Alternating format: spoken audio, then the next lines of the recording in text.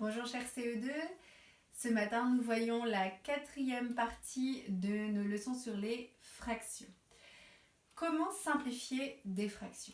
Il va nous arriver de travailler avec des fractions qui ont des nombres plus ou moins grands, d'accord? Des numérateurs et des dénominateurs plus ou moins grands. Et ce n'est pas forcément facile de travailler avec ces fractions. L'objectif va être de les simplifier. Simplifier une fraction, c'est quoi? Eh bien, c'est trouver une fraction équivalente, c'est-à-dire qui a la même valeur, d'accord?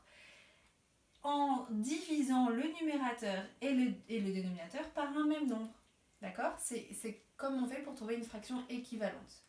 Pour trouver une fraction équivalente, je multiplie ou je divise le numérateur et le dénominateur par le même nombre. Eh bien, pour simplifier une fraction, je vais diviser le numérateur et le dénominateur par le même nombre. L'objectif, c'est de les simplifier au maximum.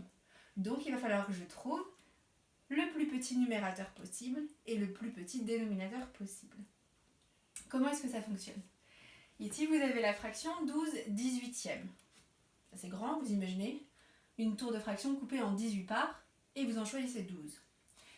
Il faut qu'on la simplifie le plus possible. Donc, je ne veux pas changer sa valeur, mais je veux changer le numérateur et le dénominateur pour les avoir les plus petits possibles. Qu'est-ce que je remarque? Je remarque que 12 et 18 font partie de la table de 3. Ce sont des multiples de 3, oui.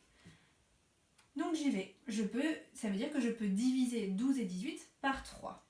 Et donc comme je divise par le même nombre, j'obtiens une fraction équivalente avec un numérateur et un dénominateur plus petits. 12 divisé par 3, ça fait 4. 18 divisé par 3, ça fait 6. J'obtiens la fraction 4/6. C'est pas mal, c'est une bonne simplification. Mais est-ce que je peux trouver encore plus petit? 4 et 6, ce ne sont pas les chiffres les plus petits qui existent. Oui, c'est possible.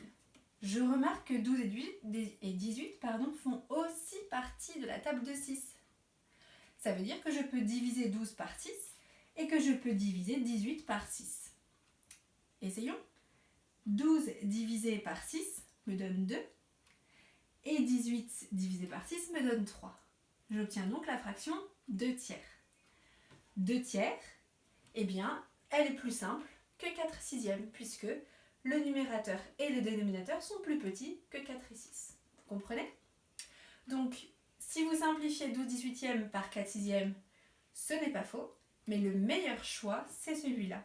Parce que simplifier une fraction, c'est trouver une fraction équivalente où le numérateur et le dénominateur sont le plus petits possible. J'espère que vous avez bien compris. Bon courage pour les exercices.